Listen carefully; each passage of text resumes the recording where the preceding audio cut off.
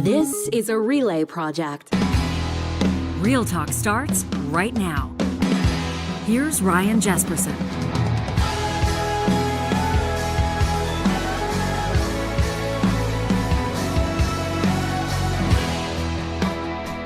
All right, so we're faced with a choice in this episode of the show, friends. In just a moment, Rob Breakenridge will talk about Iran, new developments. We're going to talk about the Alberta budget. Pierre Poilievre's doing the podcast circuit. We're waiting for our call, but Pierre Poilievre is on the record now talking about net zero. He's got a hot take on that. We're going to bring it all to you and get Rob's, I'm sure, pointed and bang-on analysis. But this show's technical director, John Hicks. Good morning. Good morning to you. We do have a choice here when something just slightly, there's a slight little oversight, quickly fixed, mind you, but a slight oversight. Yeah. And we receive a heads up, a tip from real talkers who have joined our live stream right out of the gates. We have the option of acknowledging it, course correcting, and moving on, acknowledging it internally, or giving a shout out to all of those, Les and Ms. Katie and Mariah and Tony and Erica and Boom Shanker X and Jordan and Christy Klinger. Romper Room. And everybody else who let us know, hey, guys, there's just a slight audio issue. Yeah. And on the Real Talk pre-roll, which is our highlights, our shorts that you see, if you join the live stream 5 minutes before it officially commences at 8:30 Mountain, 10:30 Eastern, they gave us the heads up in order that we can offer a better product. They said there was no sound. This is one of the reasons we added the shorts reel at the start. It gives us a 5-minute kind of runway to get people in the room. But also, if there's something wrong, we can fix it. It was one little box I didn't have clicked when I opened the stream today, but thank you to the chatters for just alerting us. So our podcast listeners will go, guys, you could have just edited all this out. You didn't have to mention it. You could already be talking about Iran. Praise. We want to get, and I like that. I like the shout out. I like the recognition to the real talkers. You guys make us and this show better, and we love you. All right, listen, all hell is breaking loose, of course. Iran is retaliating. That was expected. Max Fawcett was talking about that a couple of days ago on the show, but a new wave of counterattacks as we speak against American and Israeli military bases across the Middle East. Donald Trump has shed some new insight into why now in Iran. He's facing some criticism, of course, from American lawmakers. We'll bring you an interesting comment on the record from Pete Buttigieg, former transportation secretary, on this. And of course, we're going to bring, as is our mandate, bring this story closer to home and get into what all of this means for Canada, this war in Iran. Mark Carney, is he sending mixed or confusing signals, or is he appropriately commenting as he can on a developing situation? We'll find out what Rob and what you have to say about this in our live chat. Of course, we also encourage you, if you're listening to this later, like 95% of you will, encourage you to send us an email if and when you've got thoughts to talk@ryanjesperson.com. Listen, this episode of the show is happening with the support of Hanson Distillery, and there's a big day coming, a big day, John. That's right. This day that we're talking to you, okay? This is the 5th of March. This is a Thursday. On Friday, on the 6th of March, in other words, tomorrow, Hanson will officially release Mini Yeggs Cream Liqueur. Our live studio audience loves it. Everybody's been looking forward to this.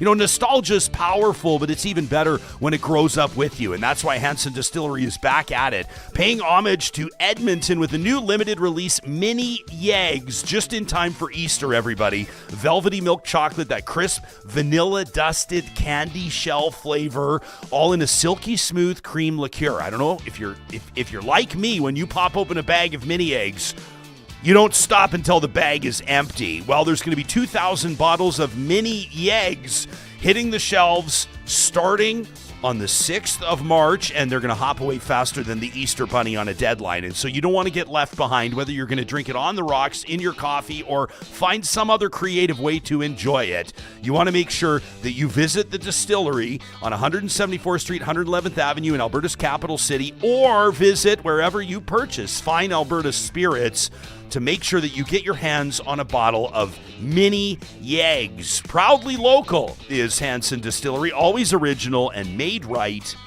here. You can learn more at hansondistillery.com. All right, here's the update. As we speak with you, Iran has launched a new wave of counterattacks toward Israeli and American bases in the Middle East. Meantime, Canada's Prime Minister Mark Carney has vowed to stand with Canada's allies and has not ruled out Canadian military involvement in this U.S.-Israeli war against Iran. The President of the United States, on the record, has said that the U.S. had no choice but to act now, and here's why. If we didn't hit within 2 weeks, they would have had a nuclear weapon. If we didn't do the B-2 attack a number of months ago, they would have a nuclear weapon. And when crazy people have nuclear weapons, bad things happen. So we're in very good shape now. I want to let you know that, and we will continue forward. But it's a great display of military strength, and I'm very proud to have, with some of the people in the room, both senators and congressmen, we rebuilt, and women, So there he goes on to talk about it. That's the President of the United States says, listen, within the next 2 weeks, Iran would have been nuked up, and then we would have had a way bigger problem on our hands. Now, of course, Trump's critics are calling it a bold-faced lie. Rob Breakenridge is keeping an eye on all of this. As host of the Rob Breakenridge Show, wherever you get your podcasts, he's online at robbreakenridge.substack.com, a former longtime colleague of mine in terrestrial radio and a good friend of the show. It's been too long. It's nice to see your face again. Yeah, likewise, Ryan. Thanks for having me. Yeah, of course. Where's your head at? I mean, it's an open-ended question on purpose, and it feels like the parameters within which we analyze this Iran situation change almost daily. But as of right now, where are you at with this? Yeah, it's really weird to hear a lot of this from the president. I mean, I remember last year when they tried to take out Iran's nuclear capability, and there was some question as to how successful that was. And the White House was insistent that, look, we obliterated it, and any suggestion otherwise is just fake news. And now here they are saying today that, well, Iran is on the cusp or on the verge of having nuclear weapons. So it doesn't quite add up. I think if you look bigger picture, right, the mega non-interventionist line over the past couple of years has been, we don't want war with Iran. It's the Democrats and the neocons who do. I mean, look, I think Iran is a threat to the region. I think Iran is a threat to the West. I think Iran clearly had nuclear aspirations. But I mean, that was true a year ago. That was true 5 years ago, even probably 10 years ago. And so to see Trump and his supporters sort of pivot from saying, it's the other side that wants war with Iran to now sort of boasting about how they're dealing with this threat and taking out Iran, I think you're seeing a little bit of a split along mega lines right now in the U.S. in terms of support for this war. But I think that hypocrisy and the inability from the president to really articulate the goal and the purpose of all of this, I think that's why there are a lot of questions and hesitancy about supporting this. Yeah, Johnny, why don't we jump straight to the Pete Buttigieg comment on this? Because I think, Rob, he touches on that. Obviously a critic of the president, obviously a Democrat. People can take that for what it's worth. But like you've pointed out, there are critics here, or at least those that are hesitant, approaching this situation with trepidation within the GOP as well. But Pete Buttigieg, obviously, sparing no passion in laying out exactly why he thinks that this is a big issue, and he thinks that the United States is headed in the wrong direction. I have no illusions about the Iranian regime. The question is it a smart move for the United States to launch a war committing American blood and treasure to overthrow a leader, especially when there is no plan or vision for what will come next? It's not even clear that this president is determined to overthrow the regime versus just kill some of the leaders while the broader regime remains intact. There are other ways to keep America safe, and what we have learned, frankly, the hard way in my lifetime, is launching a reckless, chosen war when that is not your only option can unleash chaos that makes Americans even less safe.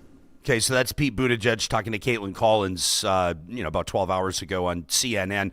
A reckless war, implying that there's other options. Does the average American think that same thing? Do you think?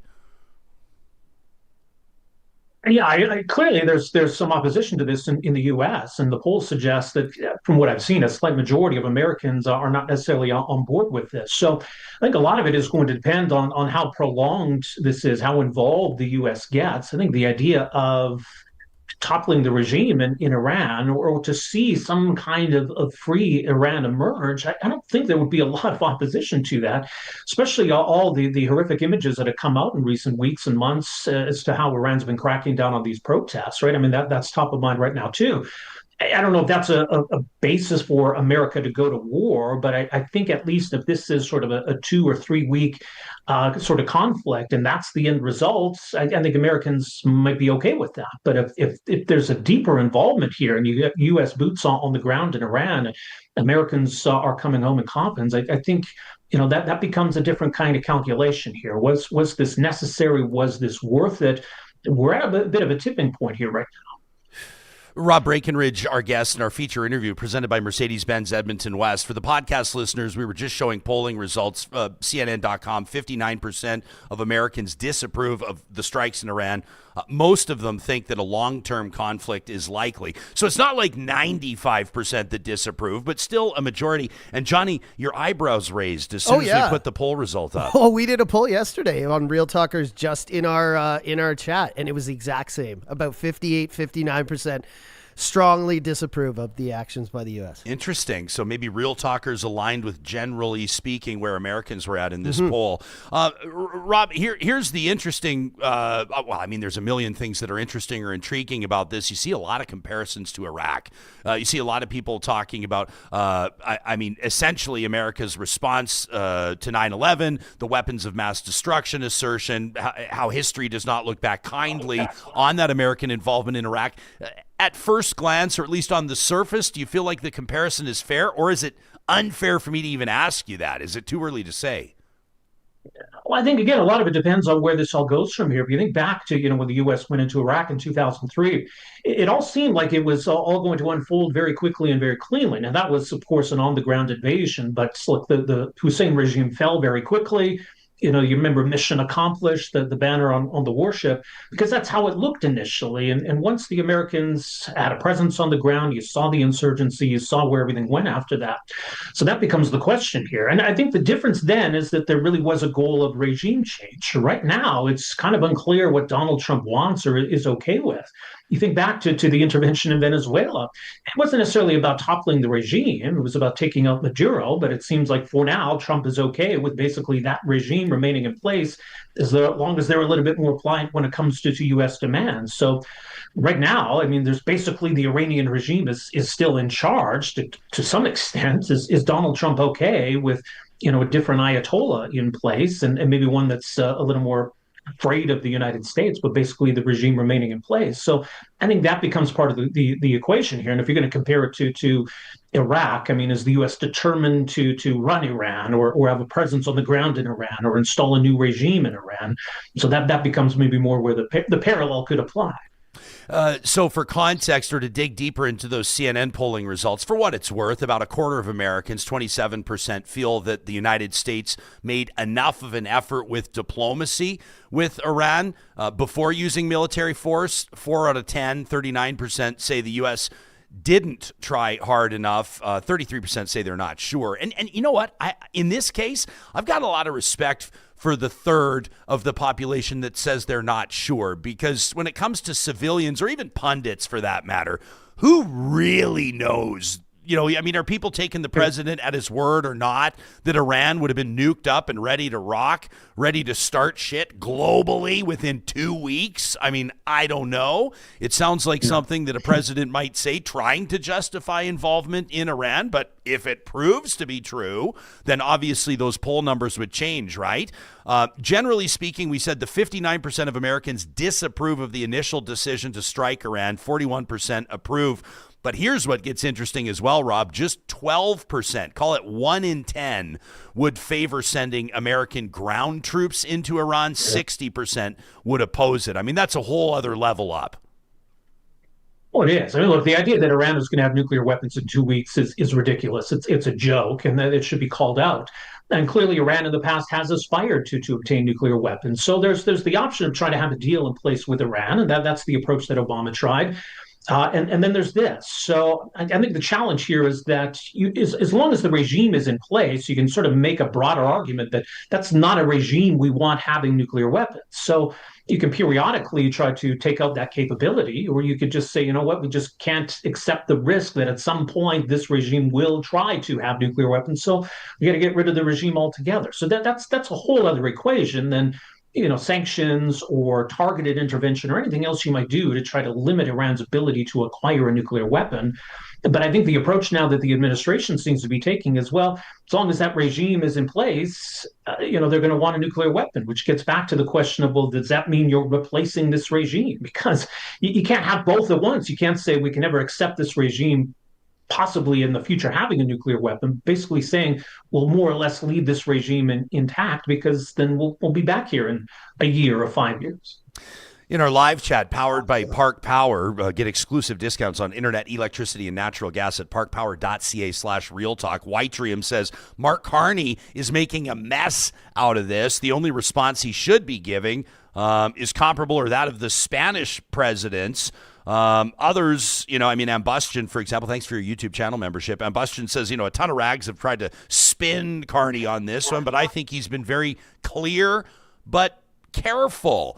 Out of the gates, our audience heard on this show Mark Carney saying that he supports Israel's right to defend itself. They support their allies. They have long felt, I'm paraphrasing, that Iran obviously represents a significant threat, if not the biggest threat to global security.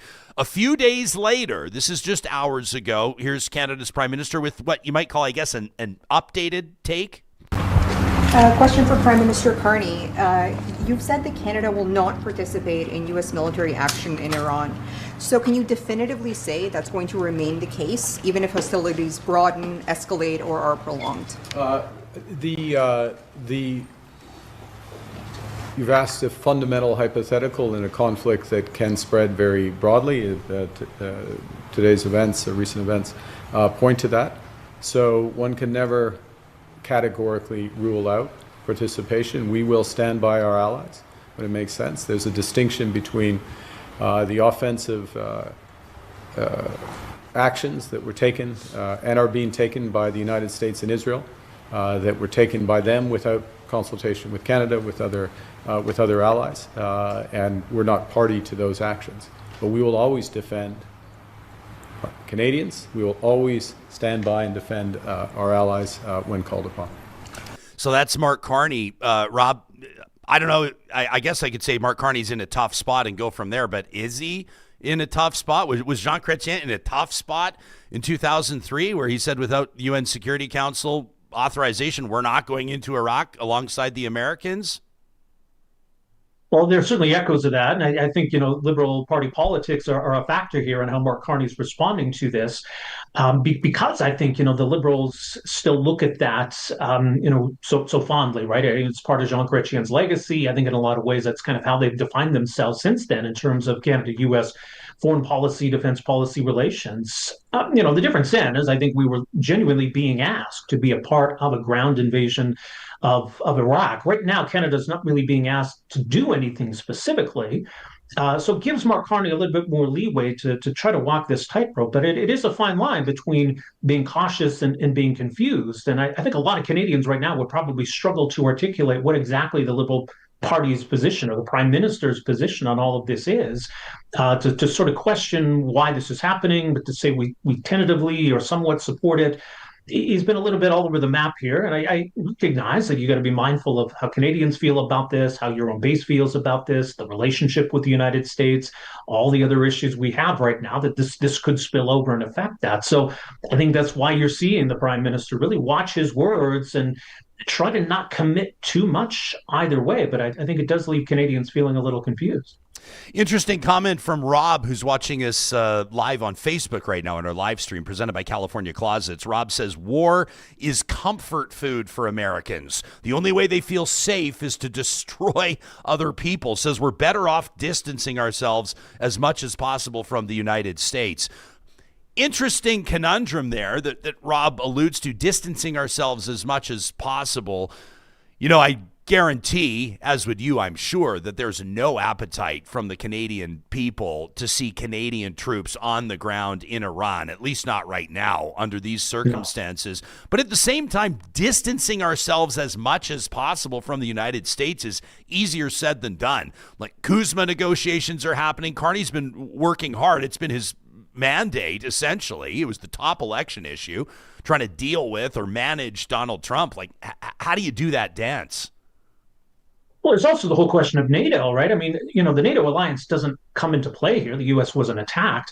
But I think already you've seen some Trump supporters say, look, our allies aren't with us. So why are we a part of NATO? So they're already trying to draw that link. So I think that's another question here for Canada and other allies is, to make sure that the U.S. still believes that it has reliable allies, because I think their commitment to NATO has been called into question. So there's that. There's, of course, Kuzma and the trade relationship with the United States. There are foreign and defense policy issues that come into play, like the whole question of missile defense and continental security and NORAD. That's something else for this government to consider. So I do think to some extent you cut the government some slack here, because you realize that all looms large over so many of these other issues. But at the same time, it's fair to expect a government to clearly articulate a policy on something so important. Can you think of another time where there would have been, like, it's interesting, there was a comment in our chat, it just disappeared. I apologize to whoever wrote it, but they basically said, do you think that Mark Carney and EU leaders are on the phone every single day kind of going like, who wants to take the fall today, or who wants to jump onto this one? Can you think of a time in the past, I'm putting you on the spot here, I'll do the same thought exercise, but like within the last, 20, 30 years, where a Canadian prime minister or a Western political leader has been in such a dynamic circumstance where the stakes are so high and changing daily? Like, I'm trying to think of the last time a Canadian prime minister was dragged into something like this. Yeah, I mean, Iraq is the closest parallel, but I mean, we didn't have a president at the time who was being belligerent toward Canada in other ways. There was no question about the trading relationship under George W. Bush, and I mean, Canada was a part of the mission in Afghanistan at the same time. So in a lot of ways, we were standing shoulder to shoulder with the Americans, but there was a lot of talk at the time about missile defense, and was Canada going to be a part of that? And the Chrétien government was hesitant, and that didn't go over well in Washington. So you have some parallels there. And I think with Iraq, I mean, you did have the Brits involved. There was some Australian involvement, but I think at the time too, you had that situation where you had Canada and European leaders, sort of on the same side, where we don't want to actively oppose what the U.S. is doing, but we don't want to be a part of it either. So trying to walk that fine line, I think maybe that's the closest comparison. Yeah, I'm inclined to agree with you. Ambustion says, it's really hard to take any consideration seriously, trying to assign logic to the decisions that are being made here. He says the American government is running on chaos fuel. Whatever makes no sense, it strikes me, is what they'll do. Yeah, and I think even with all the blunders, Rob, of Desert Storm, you at least felt like no matter how you felt about Bush, Cheney, Colin Powell, you at least knew they were serious people and semi-competent at the time, right? Which is the big scary thing going on right now with the no plan. Yeah, well, and I would evaluate each of those three differently as well. For sure. Like, I think that Colin Powell carried a lot of weight. I don't know, at least that's how it landed with me. I felt like Colin Powell had Cheney, there were always questions around. Everybody kind of, maybe I'm wrong on this. This is how it landed with me. It felt like folks kind of thought that Cheney was the warmonger in that circumstance. Like Cheney was kind of sinister in that one. Cheney was the pulling one the levers. He was the one that wanted to drag the Americans in. Bush was kind of the Texas cowboy who was willing to do it, and Powell was the one that kind of had to manage the logistics. Is that how your memory serves? Yeah, I think that's fair. I mean, maybe it's an oversimplification, but I think that's probably more or less true. I think the Americans really believed, especially in the aftermath of 9/11, that there needed to be a reset in the Middle East, that it was a broken status quo that had sort of brought events to that point. And I think they were overly ambitious in thinking that American intervention could change that. I don't know that that's necessarily the thinking right now. But again, it gets back to the point of what is the objective here? What is the longer term strategy here? And the Americans have really not articulated that. There really is no visible spokesman. You have the Secretary of Defense, who now calls himself the Secretary of War, and he just seems, I don't know. I mean, he's like he's almost enjoying this, like he's playing a video game or something, just really pounding on the table, sort of talking tough. And then you've got the current Vice President, who almost seems invisible in all of this. And maybe that speaks to where there's some division amongst MAGA and the America First crowd, that a lot of them don't like this. So I think that becomes a factor here. So it's Donald Trump in the clip you played where he's kind of slurring his words and not making a lot of sense, the Secretary of War, who seems like a caricature. Who is the face of this? Yeah, and Rob, you literally just said the title of our short yesterday. Is Hegseth enjoying this? Let me load this up. This is the American Secretary of War. And by the way, I will acknowledge we have an email from Don who wrote in. I'm not reading it until our next episode, Rob. Every Friday, we fire things up with the flamethrower, presented by the DQs of Northwest Edmonton and Sherwood Park. These are folks' hottest takes. And Don is very pissed off that I'm referring to Pete Hegseth as the Secretary of War. He says it's not official. He says you got to stop calling him the Secretary of War. More on that in the flamethrower in our next episode. But here's our short from less than 24 hours ago on Pete Hegseth. B-2s, B-52s, B-1s, Predator drones, fighters, controlling the skies, picking targets. Death and destruction from the sky all day long. Anytime I'm being told about people dying, this would be the last person I would want to be told by. This is wild. We're playing for keeps. Our warfighters have maximum authorities granted personally by the president and yours truly. This guy just really enjoys this. We are stepping on their throats. And, on what did you say? On orders from the commander-in-chief and yours truly. Kyle loves it in our chat, says, what a badass speech. Tony says Hegseth comes across like a little boy playing Battleship. Emily G says that Hegseth sounds like he's playing G.I. Joe, like it's almost not real life. So there's our short from yesterday. By the way, quick note, Emily G didn't get her shout out. For those that had tipped us off, there was no sound today. Emily G, there you are. Shouted out in our short yesterday across the World Wide Web. But it's a strange look, right? I mean, Johnny, can you get me the Stephen Miller clip? Like, how about this one? Have you seen this one, Rob? Like this guy is wild. This guy's in Trump's ear every single day. This is the follow-up to Pete Hegseth one day ago. Here's Stephen Miller. One of the reasons I fear, Sean, that some people in this country lost faith in the military and the capacity to use that military to defend us is because we had a woke Pentagon. Because we had a military who at the very highest levels, not the warfighters, was forced to fight a less than full fight. What you're seeing now, Sean, is a military that is unleashed in all of its lethal prowess to go out and seek, destroy, and kill the enemy, which is what militaries are for. Okay, so that's the Homeland Security advisor criticizing a formerly woke Pentagon and announcing that they are now unleashed to seek, kill, and destroy. It's quite a message. Well, and it showed, the pivot's complete here because, under this woke Pentagon, supposedly it was the Democrats who wanted to do this, right? And especially when, Kamala Harris got the Liz Cheney endorsement, that was the big talking point from the Republicans and the MAGA crowd. That, well, now she's got the neocons on her side. So you vote for Kamala Harris, you're voting to sending your boys off to war. You're voting for World War III. And now all of a sudden the argument is, well, no, they were too woke to ever launch a war. So, what is it here?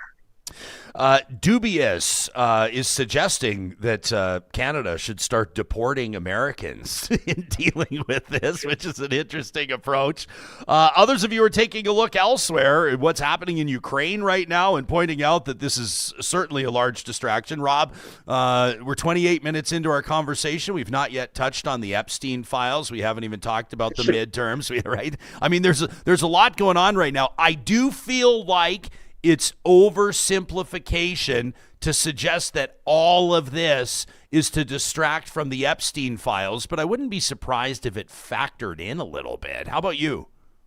Yeah, well, I think some are calling it, instead of Operation Epic Fury, it's Operation Epstein Fury, right? It's a pretty convenient distraction from that and a lot of other issues that have been dragging down Donald Trump's poll numbers. I think now the big issue, and I know it's going to be something that's in Trump's mind because he's been talking so long about drill, baby, drill, and oil prices down, and whenever gas prices have dropped, he's taking credit for that and boasting about that. Well, I'm sure we'll get into it. You're seeing what's happening right now with the price of oil, and if this drags on, it's only going to keep going in that direction. You're going to see gasoline prices spike, and ultimately, at the end of the day, and I know Americans follow, the Epstein stuff and what's happening with ICE and immigration, but really, at the end of the day, it's about your bottom line. It's about your pocketbook. And it was inflation that derailed Joe Biden's presidency. And, it's a big factor in why Trump has been so unpopular over the last year, because his tariffs and his trade wars haven't really worked. It certainly hasn't addressed affordability. And if now you see gasoline prices spiking and inflation really start to heat up, that's a big political problem for this president. So, yeah, maybe this war distracts from other problems, but I think it also exacerbates some at the same time. Yeah, we'll get to more in here in the live chat. I mean, folks have a lot to say. Jillian, an interesting point. She says, by the way, everybody, Sunday is International Women's Day, a day to remember that we could have a better world if we lifted up talented women and didn't make sex pests with DUIs war secretaries. That from Jillian. I like it, bringing the heat today. We're talking to Rob Breakenridge. He's the host of the Rob Breakenridge Show. If you don't already subscribe to that, wherever you get your podcasts, Real Talkers, we want you to do that right now. And you can read Rob's work at robbreakenridge.substack.com. We encourage you to pay for good journalism and to support Rob with a monthly commitment. His newest piece out, Oil Prices to the Rescue Yet Again. We'll get into that with the host of the Rob Breakenridge Show in just a moment. There are more implications here to Canada than just NATO, than just the UN, than just troops on the ground or not. Big budgetary implications, and that's what Rob's focused on with his newest column. We'll get there in a second. We talked to you about our live chat, how grateful we are to have Park Power powering that live conversation every single day. We are partners with Park Power on purpose, with intent. We love these guys and we love the services that they offer. That's electricity, natural gas, and internet across the province of Alberta. You want to have more money in your pocket? You want to keep quality utility service, and you like the idea of no cancellation fees? In other words, it doesn't work out, you don't love it, they're not going to punish you. That's how confident they are with no cancellation fees that you're going to love what you find. You can compare rates today, view their plans at parkpower.ca. I specifically recommend parkpower.ca/realtalk. That's where you'll see exclusive promo codes. If you bundle electricity, natural gas, and internet, you could save up to $150 off your first bill. $150. Go buy the kids new summer shoes. Go treat yourself to a spring jacket. Put it down on your Visa. $150 back in your pocket. Parkpower.ca/realtalk. Our friends at Friesen Brothers always have something going on. 16 different locations across the province of Alberta, and that includes their Big Pig sale. That's on now. $2.99 a pound for a 100-pound side of Alberta pork, butchered as you like. You can get the details at friesen.com. That's FRESON.com. Also, Pie Day coming up on March 14th. You see what they did there? They're 5-inch cutie pies for just $3.14, one day only. And of course, a Filipino feast coming up March 7th and 8th. This weekend at all Friesen Brothers Fresh Market stores plus High Prairie, your chance to enjoy authentic Filipino favorites prepared by their Red Seal chefs. All you can eat, $25 a person, including a 12-ounce Sagot Gulaman drink. All for $25 a person. Can you believe it? Learn more at friesen.com/Filipino feast. Our friends at the Edmonton Chamber of Commerce have an event coming up. If you're keeping an eye on the provincial budget, we're about to get back into that with Rob. If you'd be curious to hear from Alberta's finance minister, do not miss their provincial budget summary and upcoming budget luncheon. They've got your breakdown ready to go. The quick hits, what matters, what changes, what it means for Edmonton's business community. Go to edmontonchamber.com for their budget in a blink post. And of course, March 12th, coming up next week, that's a Thursday. Tickets still available for the Chamber's provincial budget luncheon with Minister Nate Horner. You can get your tickets and read more about the benefits of membership. If you're doing business in the Metro Edmonton region, you need to be an Edmonton Chamber member. You can sign up today at edmontonchamber.com. And thanks to our friends at the Helm Clothing for helping us look our best when we're on stage and, of course, when we're just out with our friends. It's luxury casual wear and custom suits. You can check out their lineup, the latest for spring, at thehelmclothing.com. Don't forget, when you shop online at thehelmclothing.com, whether it's shoes, sandals, light spring outerwear, spring sweaters, casual pants, jackets, blazers, or suits, the promo code REALTALK, all one word, knocks 10% off your entire order. That's REALTALK to take 10% off your order at thehelmclothing.com. Rob Breakenridge, our guest, in our feature interview presented by Mercedes-Benz Edmonton West. Rob, you got a new column out at robbreakenridge.substack.com. Oil prices to the rescue yet again. But I wonder if maybe we set the table here before we get into it by taking a look at your column from just a couple of days ago at the CalgaryHerald.com, where you write that a premier who once railed against deficits is now shrugging at a multi-billion-dollar debt. Let's get into the $9.4 billion projected deficit, which, of course, could change. Yeah, it was funny to go back and look. You think way back, way before the UCP existed, way before even Danielle Smith crossed the floor, when you had Alison Redford as premier, we were going through a similar stretch at the time where there was still a considerable amount of resource revenues coming in, but the government just couldn't balance the books. And Danielle Smith was hammering at the time, saying, they're not even attempting to address spending. They're just hoping that another boom is going to fix the problem for them. And so it's funny to look at her criticism then, to look at the budget she's overseeing now, because we're in the same boat here. We've got spending at record levels. The UCP's boasting and patting themselves on the back for the tax cut they brought in. So again, government's trying to have it both ways. Taxes are low, spending is high. Isn't it great? Well, it's not so great when you don't have the gusher of oil revenue to bridge that gap. But Alberta's now in the position, arguably we're in an even worse spot, because you now need essentially record levels of resource revenue to even just balance the book. So it is kind of funny that last week, that's what we were talking about, $13 billion in resource revenues. We still have a $9 billion deficit. Here we are this week, where if oil prices were to stay where they are right now, the Alberta government actually probably could balance the book. So it's that revenue roller coaster in action right before our eyes here. We talked to the leader of the official opposition, Naheed Nenshi. I'll pick your brain on him in a bit. I want to circle back to the budget first. But this was the day after the budget was released, and I asked him what I think is a pretty fair question. We'll play our short here. People can subscribe to our YouTube channel to get access, of course, for free to all of our shorts. These are the highlights, 60 seconds or less, basically, of our best interviews, Rob. You'll be up there later today. And here's what Naheed Nenshi had to say about the deficit.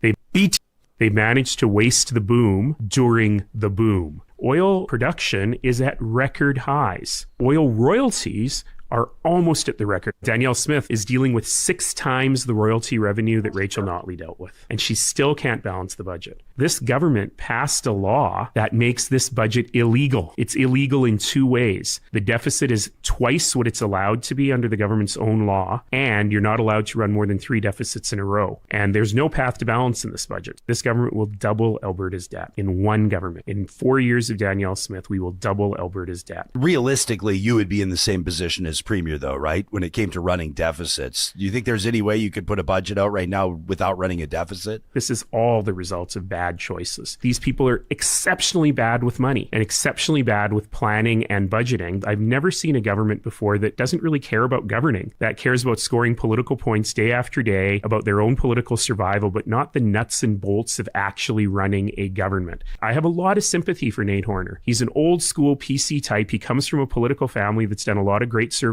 in Alberta, but he is working for this premier. And at some point, he's got to wake up and look in the mirror and say, what am I doing here? So there you go. That's Naheed Nenshi. That was our February 27th episode. If anyone wants to go back and hear the full take from Nenshi, he's not wrong about the law around budgets. Government put itself in a tough spot with that one. Where does he hit the nail on the head, and where's he a little bit off in your estimation? Well, I think this is what the premier's banking on is, look, are the NDP, are they credible deficit hawks? I mean, you can argue to what priority Albertans even put on deficits right now, because the premier's calculating here that spending cuts would be more controversial, raising taxes would be more controversial. So she's going with this, which I guess she feels is the least controversial option, and the one where maybe the NDP has the least amount of credibility. I mean, does anybody think right now that Naheed Nenshi would balance the budget without raising taxes? And look, I mean, I think you could make a coherent or credible argument that Alberta really needs to rethink its revenue mix. But even in the last election, when the NDP talked about raising corporate taxes, the UCP were all over that they're the tax and spend party. They're going to raise your taxes. And the NDP are sensitive to that. So I think that's the real dilemma right now for the NDP is how do you come at this budget? And what exactly are you arguing for the Alberta government to do? It's one thing to say, manage your money better. Okay, fine. But what does that actually mean?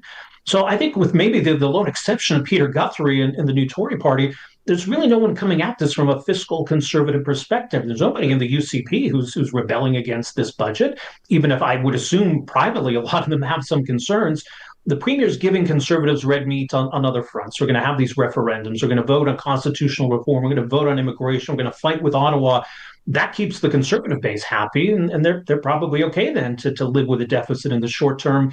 And like I say, I don't know that the NDP have really credibly or coherently argued what their strategy would be. So I think that's where the premier feels that politically maybe she's in a relatively safe spot here. Yeah, I would encourage people to check out that February 27th episode of ours. We partnered with the Edmonton Chamber of Commerce, a roundtable to talk about what real economic diversification would look like what it means in Alberta. It was a great conversation from 3 different business leaders.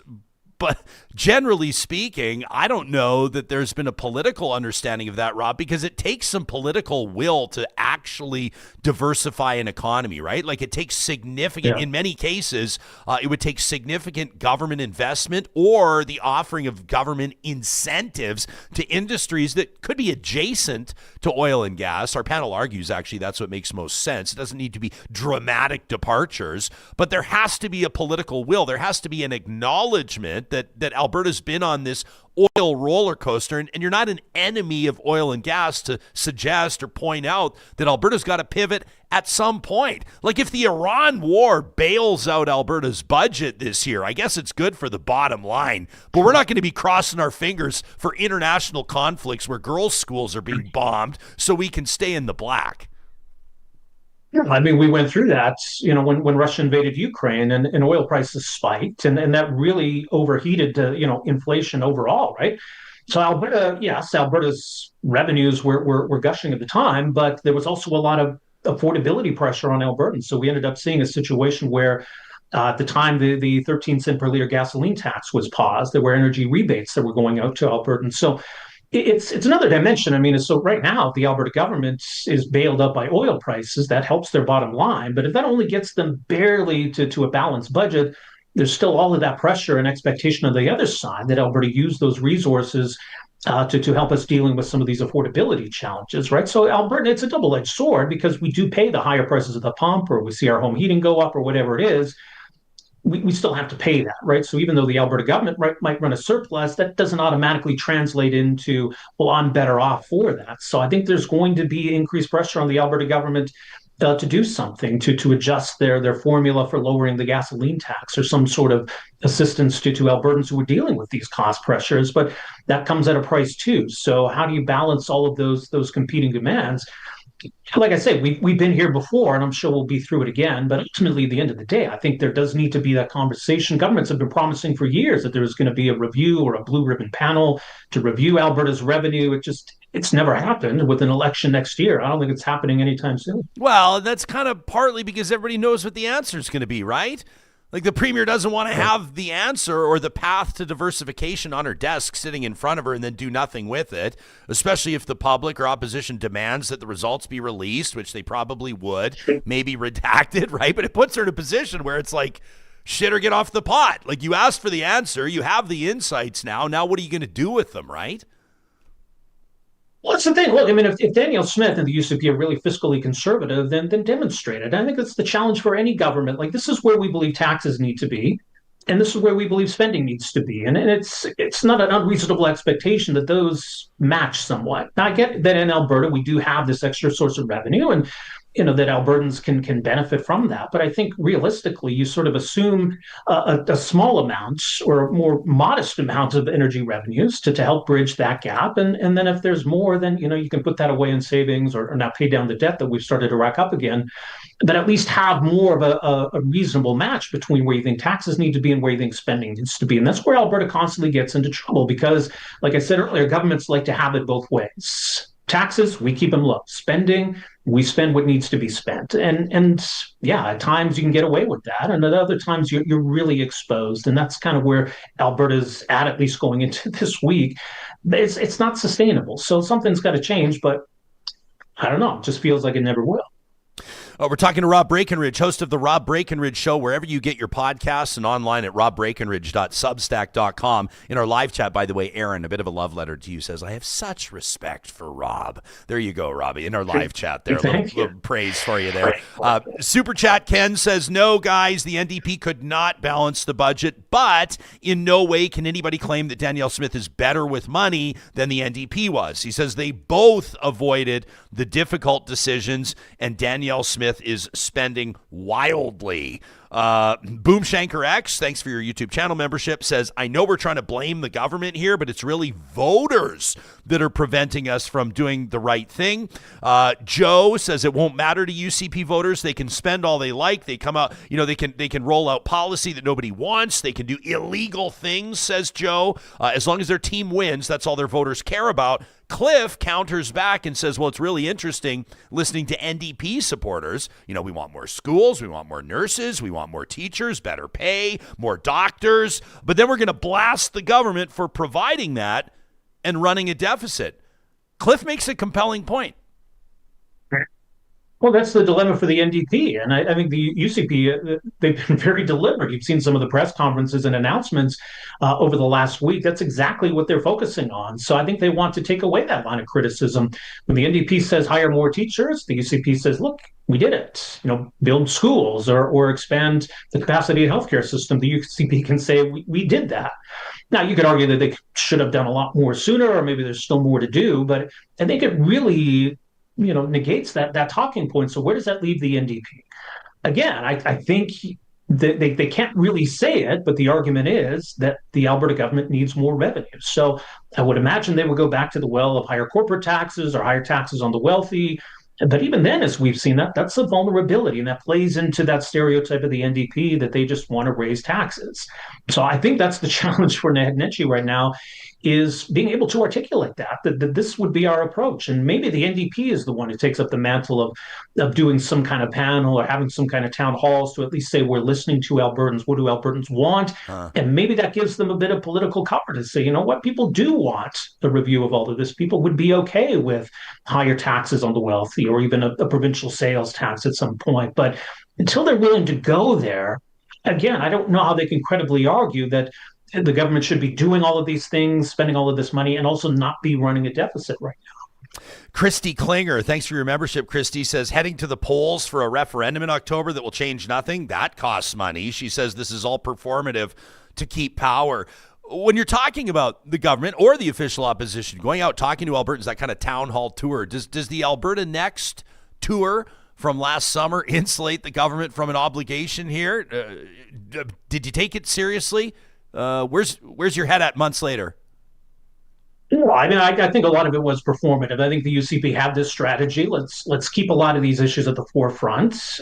Because Alberta Next was all about Ottawa's failings. None of it was about the Alberta government's failings. It was all about what Ottawa's doing wrong. So that's a great and convenient conversation to keep at the forefront for the Alberta government are the failings of a different government. So Alberta Next served that purpose, to keep that at the forefront, and it gave the government this cover to do these referendums, which I think was probably part of the strategy all along. So I think it really served its purpose, both in terms of setting the agenda and giving the government some cover for what their strategy was going into this year. So I think that's really, at the end of the day, what it was all about. I do think Alberta has some legitimate criticisms about Ottawa more generally, or the last 10 years more specifically. But I do think a lot of it was kind of preordained in how it was all going to go, and a little bit of political theater. Yeah. I want to return to your column. It's just out at robbreakenridge.substack.com, because you make a very interesting point on how this war in Iran could actually impact the outcome of Alberta's next provincial election. Take us into it. Well, yeah, I think this diffuses one of the big problems for the Alberta government right now, is that they've tabled a really ugly budget. They've blown through their fiscal framework. They don't really have any kind of credibility as genuine fiscal conservatives. And they face a real dilemma then in terms of how to address it. So I think for now, this gives them some cover. This takes the issue off the front page. When you have the Premier and the Finance Minister taking questions on Monday about, well, what are you going to do with all of this extra revenue? How much is this going to erase the deficit? you see how quickly things have changed from the questions that they were facing last week about this budget. So I think it diffuses that issue. And going into an election next year, I think it ensures that a lot of these other issues go back to the forefront. If the deficit kind of becomes a non-issue right now, thanks to yet another boom in oil prices, then we'll be back to talking about these referendums and immigration and constitutional reform and pipelines and everything else that the premier would much rather be talking about. And I think that's what they originally envisioned as their springboard into the next election. So this kind of does them a bit of a favor for now, in at least kicking this can down the road of any kind of major reckoning over Alberta's fiscal situation. Yeah, it's not a glowing review for the Alberta Next panel in our live chat right now. And Bustion says it was a joke. 54.9 says it was propaganda. You can send us your thoughts on that to talk@ryanjesperson.com. It's almost like that whole thing just kind of evaporated. It just kind of disappeared. For a while, the public was demanding the results of the Alberta Next panels, but I think for the most part, I don't know, I'm speaking candidly and anecdotally, seemed to me that nobody really believed that there was going to be any sort of legitimate takeaway that would provide great value to Albertans en masse from the whole thing. Rob, before we thank you for your time, we sure value your time and your appearance on this show. I want to ask you a couple of quick follow-ups, two about Nenshi, one about Guthrie, and then we'll thank you for your time. Naheed Nenshi faced a bit of a media mutiny early to mid last week, and we had a chance to ask him about it on the 27th, and then we followed up with Max Fawcett, who was one of the driving forces behind it, from Canada's National Observer just a couple of episodes ago. Don Braid takes aim at him, says that basically, where's the star power, where's the magic? Dave Cornwallier, Dave Berta, says that Rakhi Pancholi takes the lead. Max Fawcett says Nenshi better step up or step down. Are they on to something? Like, Nenshi chuckles. He kind of brushed it aside. He said he's not worried. He said he's definitely not stepping down. But is his leadership meeting the expectations that his supporters had when they installed him as NDP leader, like by a wide margin? Yeah, no, I don't think he's lived up to those expectations, and a lot of them were probably unrealistic. I think people are sort of looking back with the rose-colored glasses at sort of the peak of Nenshi's appeal back when he was Calgary mayor, but that was early on. I mean, after 3 terms as mayor, a lot of that appeal starts to wear off, and you see where the UCP can go back and look at taxes or the Green Line or, that now with the water issues in Calgary and say, well, maybe he wasn't really that great of a mayor in the first place. So I think that's part of the problem, is that that appeal had started to wear off, and that brand is a little more rooted in the past than right now. So I think you've seen where maybe he's sort of struggled to adapt to provincial politics and being a political leader. But at the same time, I think a lot of this is just the NDP brand right now. And look, I think Rakhi Pancholi's got a really bright future in Alberta politics, a real star in that party. I really don't think they'd be better off right now if she was the leader. So I think there's a lot of missed opportunities clearly for Nenshi. They probably should be leading in the polls with how the premier's handled the separatism issue, all these other scandals. And I think they're just kind of waiting and hoping for one more big scandal that might just kind of get them over the hump here. But that does not speak well of how they approach these issues, how they prioritized. I think they bear a lot of blame for the situation they're in, and the likelihood that they're going to lose once again in the next election. Rob, you're talking to us from Calgary, correct? You're at home right now? Yeah. I was just down with my parents this weekend, Cowtown. They're telling me how they're preparing. I mean, it's not like, they're not preparing for like Armageddon or anything like that. But on Monday, water restrictions in place again in one of Canada's major cities. I'm not piling on utility workers, and I understand that infrastructure needs repair, but it's just been headache after headache for Calgarians and those in surrounding areas. This one, water restrictions on the 9th of March. People can check out calgary.ca. I'm showing it right now for more details on this, but this is to facilitate repairs at the Bearspaw South Feeder main, which provides 60% of the city's water. This is a big issue, and it's been interesting to see in recent weeks or even recent months, and I think that Danielle Smith probably kickstarted some of this with a comment, kind of a side comment about Naheed Nenshi, and politically I actually think it was pretty astute, whether it's his fault or not, to dump the water stuff on Nenshi now that Jody Gondek's out of the picture. Politically might actually work. Is it fair to pin this on Nenshi, at least to a certain degree? And what's your assessment as a Calgarian that will be impacted starting on Monday by this? There's a lot of blame to go around, and I mean, it really is a fiasco. And I think there should be people held accountable for, the mismanagement of Calgary's water system. I think it's a warning to other municipalities too. But yeah, look, I don't think it's very blatantly political. The Alberta government's announced a review into all of this and demanding Calgary hand over documents. I think the Alberta government would like this to be at the forefront for that very reason, that it's a part of Nenshi's legacy, and they can hammer him with it. I don't think he really gave a great answer to all of this, and so I think they smell some blood in the water here. So they're really going to use this, I think, as a political club, just to Is this someone you can trust? Is this someone who's all he's cracked up to be? What does this say about his time as mayor? Do you trust him to be premier? It's a pretty effective political weapon just because of how scathing that report was, how concerned and outraged Calgarians are about all of this. So there's a lot of politics now in this, but yeah, I mean, if you were mayor at the time, I think you should take some accountability for what was done or not done on your watch. I don't think that's unfair. I want to ask you, just in closing, circle back on Peter Guthrie, as of right now, the leader of the, what are they called again? The Progressive Tory Party? They're going to be the Alberta Tory. I think the Progressive Tory Party. I think they're hoping maybe they'll just Tories. People just call them Tories. Yeah, the Tories, right? So interesting polling out. We were taking a look at it yesterday. Our buddy Philippe Fournier at 338 Canada, a poll aggregator. So he presents the numbers that other pollsters have put out and analyzes them. Main Street Léger, Liaison, and Angus Reid, all with polling in the, Angus Reid the furthest out from the end of November of last year. Léger, Liaison early to mid-January, and Main Street's was out sort of just before Valentine's Day.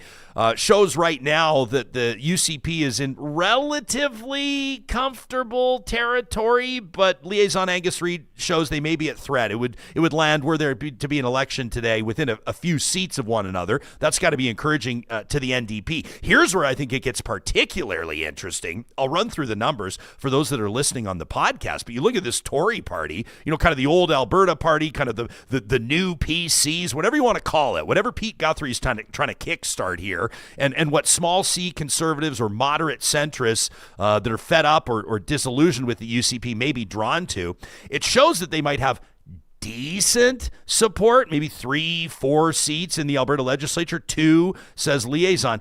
But here's where it gets bonkers. It shows Main Street's poll that the Alberta Liberals could have 6 seats in the Alberta legislature. Liaison says they could have 4. If you stopped 100 people on the street right now, Rob, respectfully, I bet one of them, or maybe 0, would be able to tell you who the leader of the Alberta Liberal Party is, let alone getting 6 MLAs elected. What do you make of the polling results? What do you make of Guthrie's future and the future of that party the next time Albertans head to the polls? Yeah, I couldn't tell you who the leader is either. It's John Roggeveen, by the way. He's a lawyer. John Roggeveen. There you go. Look, the federal Liberals have been polling relatively well. Maybe there's a trickle-down effect there. I think 3 or 4 seats for the new Tory party would be best case scenario. I think Peter Guthrie has probably established himself that he could win his seat as somebody outside of the 2 main parties. But beyond that, I don't see much. I mean, starting a new party is a mammoth task. I mean, maybe he's could attract some star candidates maybe somehow, but there's a long road ahead for this party. So the other question is where are they drawing support from? Who does that hurt? Does it hurt the NDP because it's opposition to the UCP, or is he splitting the Conservative vote? So it's hard to know where that support's coming from to gauge what kind of success they could have right now. And look, I think Peter Guthrie's an effective politician, but it is still for now, I think kind of the Peter Guthrie show. I'm inclined to agree with you, buddy. I got to say, more praise in the chat for you. Lauren says you got to be on more often. Tony says you should be on weekly. We will remind people they can subscribe to your work. Check it out at robbreakenridge.substack.com. And Real Talkers, if you don't yet subscribe to the Rob Breakenridge Show, wherever you get your podcasts, make sure you do it right now. Rob joining us in our feature interview presented by Mercedes-Benz Edmonton West. Thanks for doing it, buddy. That was fun. Thanks, Ryan. Yeah, appreciate it. See you next week. Yeah, I guess I'll see you next week. That sounds good. You can also follow Rob on X, by the way, of course, and support his work on social media. So there you have it. Always nice when you get a little love in the live chat. When audience members start to suggest a guy should be on weekly, I mean, that's a hell of a compliment. Oh, I got to reach into our wallet now. That puts you, we would have to reach into our wallet. This is where, having grown up in the evangelical community, this is where you would roll out what's called an altar call. This is where you would say, if you like what you're hearing, here are the different ways you pass the plate. Pass the hat around. These are the different ways you can support the show. But I will say this, all of you and Real Talkers in so many different ways do support the show. I also love, I host, 50, 60 events a year, and I love hosting events where there's no cash call. I love hosting events where for a fact, you show up at the golf tournament. This is like the Real Talk Golf Classic coming up Thursday, June 18th at the Ranch Golf and Country Club. Email golf@ryanjesperson.com to register. That was our first mention of right here. That was our first mention right now, officially. What is this? On the 5th of March. That's kind of exciting. But one of the benefits of our Real Talk Golf Classic is we never ask you to get off your wallet. You've paid your dues to be there, and you're going to have a good time. But I would say this, Real Talkers, you already support us in so many incredible ways. On Patreon, in so many gnarly ways, with YouTube channel memberships, and of course, the biggest one, to be honest with you, by supporting our sponsors. We love you guys, and of course, we're proud to support our fellow independents like Rob, who's doing a great job with the Rob Breakenridge Show. I want to get to this. I want to debrief with you, Johnny. I want to jump back into the live chat. But speaking of our sponsors, speaking of our incredible partners, the team at North Road Investment Council, if you caught Carrie Williams on the show just a short time ago, it's Carrie and Marshall, the whole team there at North Road. Carrie joined us. If you missed that episode, you can find it, of course, by dripping back into our archives. You're looking for the February 24th episode of the show. Carrie, he's supposed to come on for 5 minutes. I think we kept him for 30 because it was so fascinating. He's taking a look at how AI is impacting markets and how AI will impact your investments. Such a smart conversation. And at the very end of it, Carrie drops on us that there's a discount for Real Talkers that want to get a second set of eyes on their investments, on their investment strategies. So you may already have an investment advisor, but are they meeting the moments? Are they on the right path? You got nothing to lose by getting a second opinion, a second set of eyes. The team at North Road is happy to do that for an hourly wage. You don't have to sign up for full service. I bet when you meet them and sit down with them, you probably will. But at an hourly rate, they'll put a second set of eyes on your investment strategy. And if you let them know you heard about it on Real Talk, that'll be a discounted rate. So check out northroadic.com to connect with North Road Investment Council today. Ask about their digital risk advisory services. That could save your family a huge headache when it comes to your information and investment securities. We're encouraging you this year to support the Royal Alexandra Hospital Foundation. Hard to believe, 125 years the Royal Alex has been serving Western Canada with life-saving, innovative care. You can learn more about it. Get the stories of families that have come through the Royal Alex through the decades, these echoes of the Alex, so to speak. Donors have always made the difference at the Royal Alex. And if you're able, if you're doing your estate planning, if you're getting a tax return back, if you make an annual gift, and this is your prompt, you can make a commitment today. Support the care at the Alex by visiting royalalex.org. Our friends at Solar by Kubi preparing for a big installation season within weeks. Their teams will be back up on the roofs of houses, office towers. Look at that, the Edmonton Convention Center, topped with solar panels. That's a Kubi installation. Farms, fire halls, and more. Nobody does it as clean and efficiently as Solar by Kubi. If you want your home done, your business taken care of early this spring, their installation schedule is quickly filling up. You can get your free quote today, get the engineers started on drafting your plan, and get installers up on your roof within weeks by visiting kubi.ca. That's KUBY.ca. A reminder, Kubi proudly presenting Positive Reflections. First episode of every week right here on Real Talk. If somebody filled your bucket, a random act of kindness, somebody paid it forward, you let us know in an email to talk@ryanjesperson.com. Make sure you put Positive Reflections in the subject line. And we are just days out from UCAN Comedy Nights. This is a run of shows at Rick Bronson's Comic Strip in West Edmonton Mall in support of UCAN Youth Services. You can get your tickets, book a table today by visiting ucan.ca. Good laughs for a great cause and an even greater impact. They still do have tickets available. I can't wait to get out there. We get a table of 10 every year, bring our friends, have some laughs, and of course, everybody feels compelled to support UCAN when you hear the success stories of these young people that have transitioned out of harm's way and onto a path of economic independence. That's UCAN Comedy Night starting March 9th. Get your tickets today at ucan.ca. Noob Try Again. What's up, Noob? Says, Naheed Nenshi has been very vocal. He's been very involved. Is it his fault that most media doesn't pay attention to him when Danielle Smith is sucking up all the oxygen in the room? That from Noob. This from Jill, who says, progressive men, I love this, Jill, says progressive men can't wait for Rakhi Pancholi to take over so they can nitpick all the ways she's not perfect. Jill says she should stand behind the Nenshi shield for as long as possible.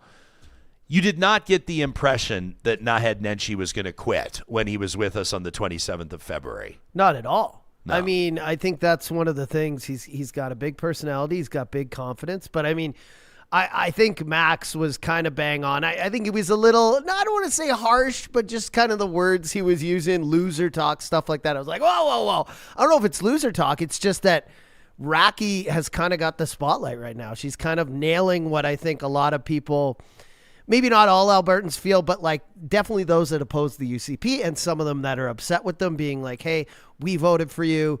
You're kind of like avoiding the issues we wanted you to, and you're kind of making all these salacious claims about other things. Anyways, the point is like Rakhi is bang on right now. I mean, if you go watch that speech and just the highlights of some of the things she was saying, I mean, that's what some people want to do. They don't want this beating around the bush. And I know that Nenshi is a guy who comes on here, makes a lot of valid points, hits the nail on the head, very confident, very well spoken.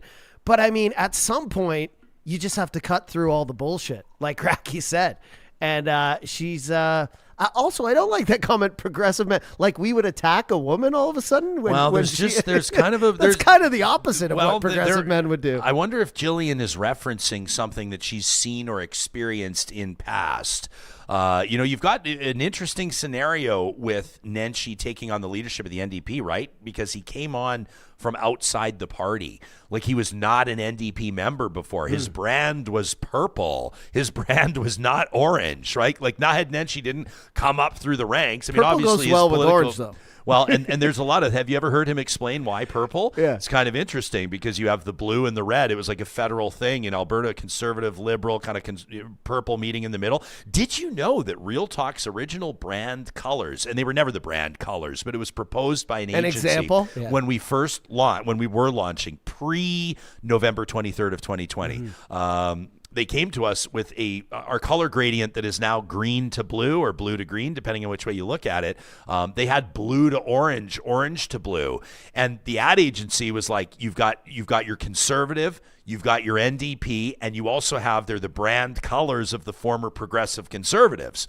They were like, so the blue and orange works. I didn't like it because I felt like it was too provincial, not enough national, and too political, and not enough reference to the fact that we're not all politics all the time, but colors factor in either subconsciously or blatantly and obviously.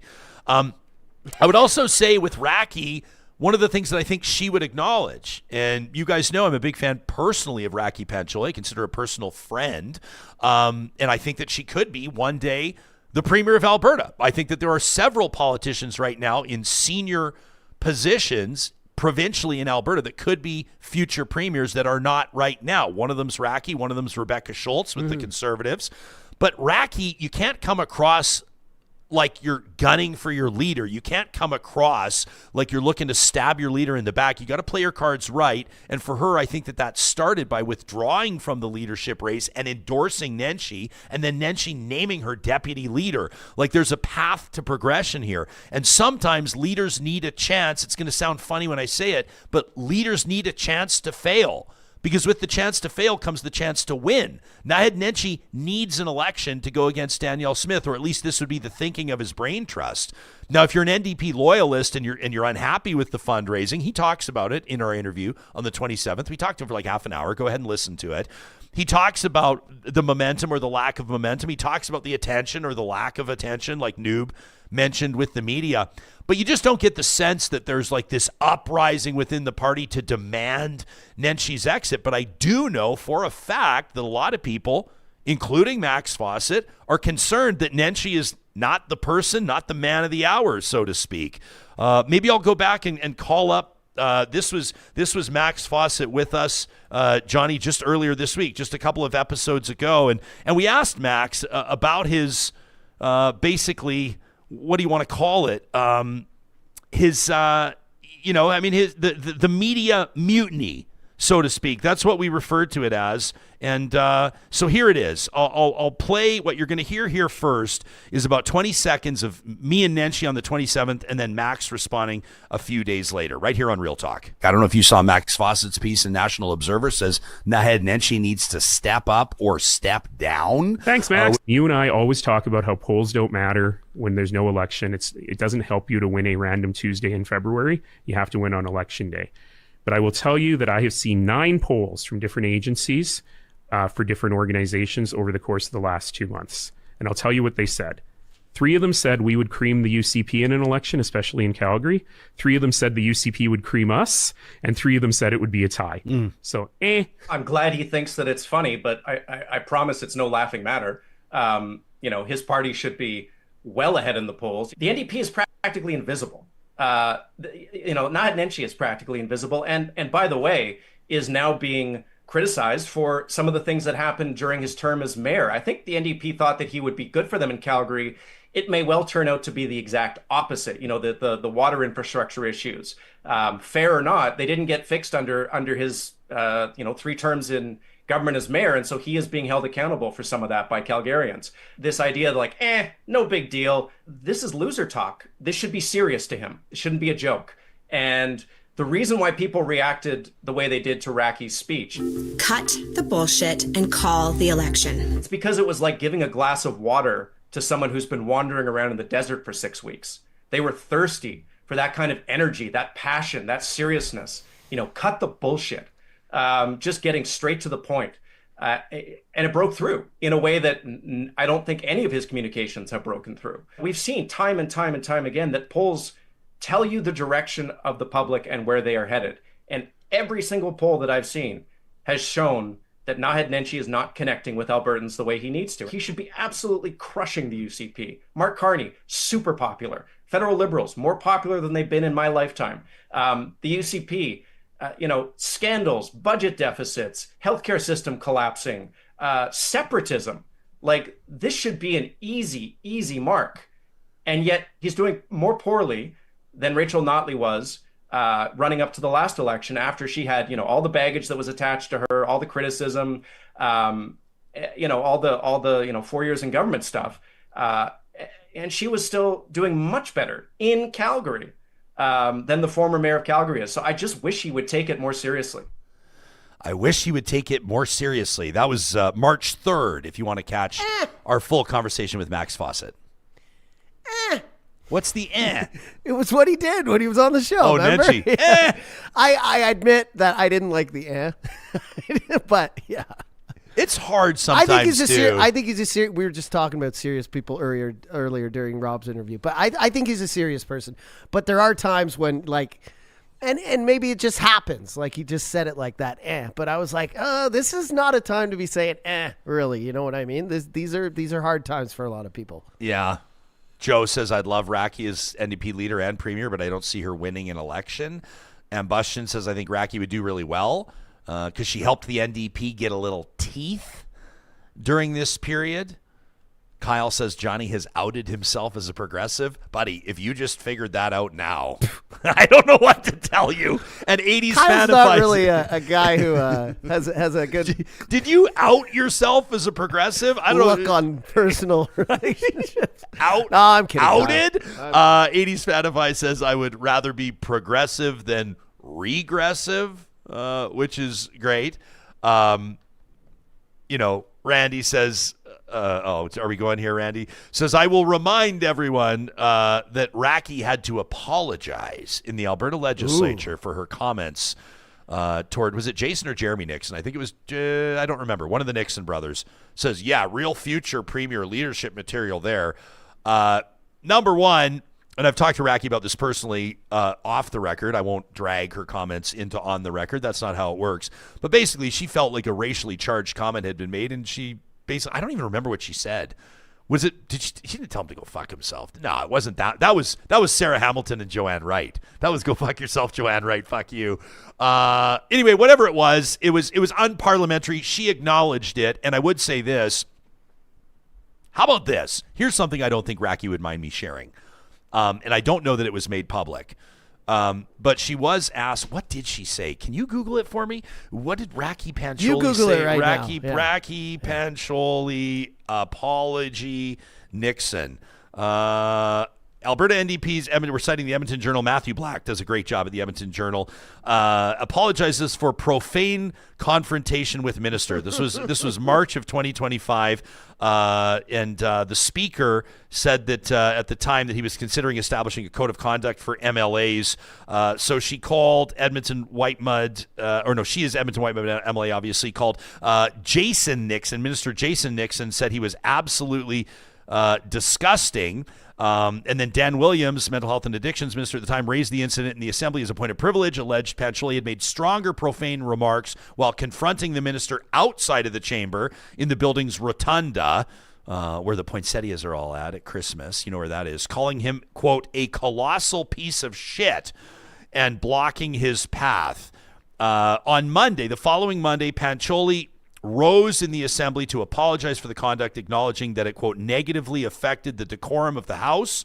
She said it was wrong for me to continue the debate with the member after the adjournment of the House by the Speaker. It was wrong for me to use the insulting language that I used toward the member.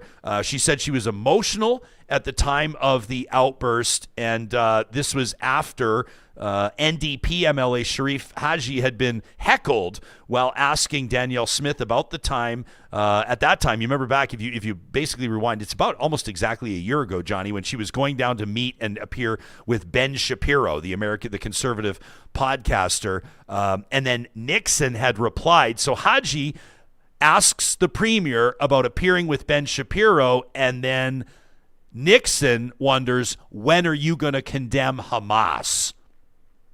And I think the obvious, number one, what does Hamas have to do with Danielle Smith and Ben Shapiro? Number two, if I can say this candidly, Haji is brown, and being asked about Hamas as a response to that is kind of a bullshit move, right? And so Rakhi Pancholi calls him, out of the ledge, a colossal piece of shit. Now, do we want our elected representatives, Randy, calling each other colossal pieces of shit? No. Do we respect that sometimes politics can get emotional? Yes. Sometimes people can get emotional. Yeah. This is far from the worst thing that we're seeing in politics right now, but here's the point I'm making, and here's the detail I'm sharing that I don't think Rakhi would mind, and this comes back to Randy's, and I'm not stumping for Rakhi here. I'm saying that I think that she has a bright political future, and she's a force. But you know what she did? And when you say, real future premier leadership here, not only did she apologize, which I think is something that we would look to see more of from our elected representatives, but you know what she did? She brought her husband and her kids to sit there in the gallery and to watch her apologize. Learn a lesson. Because she said, I wanted my kids to see me apologize in public for something that I said that I regretted. And that, to me, is a power move. That's what I like. I like to see, like I said, I don't like drama, conflict, people yelling in the House, the Senate, whatever we're talking about, Parliament. But it's nice to see when because people are real. They break through the third wall, the fourth wall, whatever you want to say. They make mistakes, but it's always good to come back and apologize for it. It takes the bigger person to come back and say sorry. But yeah, sometimes the fire in your belly just makes you say something. That is way far away from causing explosive behavior every day, stuff like we're seeing down in the States, where it's just hatred back and forth all day. But I don't mind when someone says a swear word every now and then. I don't mind when someone... It's a fine line. You also don't know what people are dealing with. We know what they're dealing with in the public eye, just being in politics. It's absolutely berating day to day. Sometimes it involves your personal life. Sometimes people come to your house and knock on your door. But also, they're real people. They're dealing with family issues, health, whatever it is that isn't front-facing in the public. So I don't mind when someone breaks character or whatever. Yeah. And I absolutely love when they own up for it. I like that a lot better than if someone's just stagnant and like, you know. You remember Michelle Rempel Garner in the House of Commons? Enough with this woke shit. Yeah. See, I don't mind it that way either. And I think it was obvious, like her body language, it slipped. And but we also don't like you. This is a real thing. Like when we talk about unparliamentary language or how we expect behavior, decorum in the House, like we have to protect that. There is a certain there needs to be a minimum bar on decorum. We need to preserve. We cannot allow the norms to shift so much, and nobody is doing that more than Donald Trump, and that is a fact. Like nobody is even close to Donald Trump in disrupting the norms, and that's what he promised to do, right? He promised to do it. He's doing it in undignified fashion, in disgraceful fashion, if you ask me. But at the same time, I think that it's important to recognize that we do need to demand excellence and decorum, 100%, and good behavior from our elected representatives, or all hell breaks loose. There's other parts of the world. I mean, you see this in Asia from time to time where they're like fist fighting in their parliament. Like it's wild. We cannot have that. Well, I think it goes back to what we were talking about yesterday with the Hegseth short, is that in times when things get out of control, when they're chaotic, that's the time when you want the calm, rational, serious person the most. That's why I said that during the Rob interview. I don't normally butt in when you're having an interview, but I feel like this is a time where I think everyone agreed something had to be done after 9/11. We were all kind of like question mark about the WMDs and Iraq. And we're like, this doesn't make sense. I thought it was bin Laden and whatever. But at least when wartime efforts started and were going on, and Dick Cheney and Colin Powell and even George Bush, who I didn't like at the time, and now I kind of have a liking to as he speaks, in retirement. But like, at least when they came on the screen and were talking about people dying, they looked like serious people. Like I said before, they looked half competent. Even if you didn't fully believe in what they were talking about, you knew there were some lies or some deceit about weapons of mass destruction. But they weren't gloating. They weren't sitting in this pool of like elation about, attack strikes. And like, let's be real. Like the government in Iran has been authoritative, has had their neck on the people for a long time. But there's always going to be casualties that are not supposed to be there. People are going to die for no absolute reason. And when you get on TV and act like it's a fucking, video game, it's not cool. Yeah. Yeah. I think the Pete Hegseth comments, the Stephen Miller comments, the one that we played earlier in this show, are just, it's wild. Can we get the Stephen Miller one again? I want to hear that again. Like this is like from Fox. Yeah. Yeah. When it comes to what you'd I like what you're talking about. I mean, like a girls' school is bombed. Like 100. Like the civilian casualties here are significant, right? Like Iran says the death toll is as we're speaking to you, and as much as it sucks to say this, like it's probably, I'm referencing CTV News here. The numbers probably changed since they've hit publish on this story, which is horrible to acknowledge. But, Iran says its death toll is 1,230 as we speak.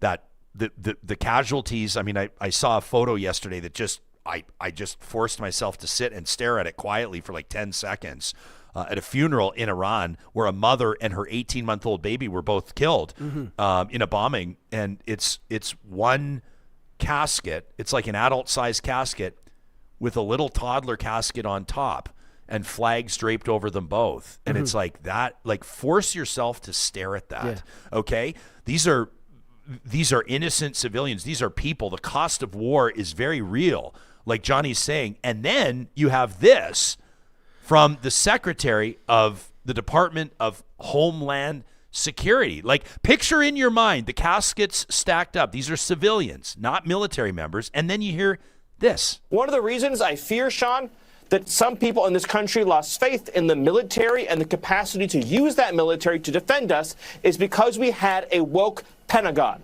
Because we had a military who at the very highest levels, not the warfighters, was forced to fight a less than full fight. What you're seeing now, Sean, is a military that is unleashed in all of its lethal prowess to go out and seek, destroy, and kill the enemy, which is what militaries are for. Right? Yeah, and I know people will say, well, And I even premised what I was saying with, I know what's going on in Iran. I know the government has killed, people are unalive, disappear, protesters are murdered. I get it.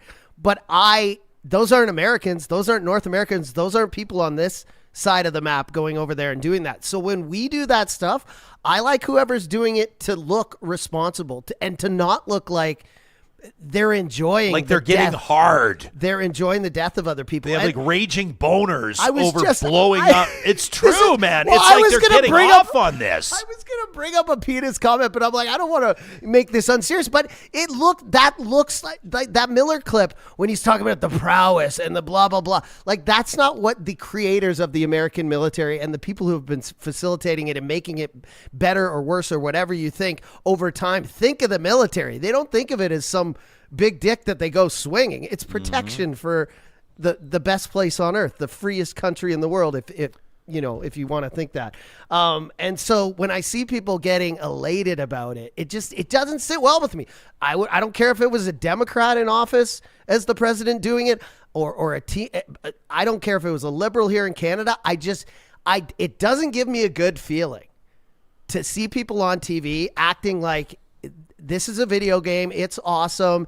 I don't care who you're killing, whether they're evil people or taking elation in slaughtering people. It just gives me a bad vibe, man. Is that wrong? No, is that wrong? It makes you empathetic. Just it makes be you serious. Human. Be serious when you're talking about it. Be monotone. Deliver us the facts. Tell us what's going on. Give us the numbers and get off the stage.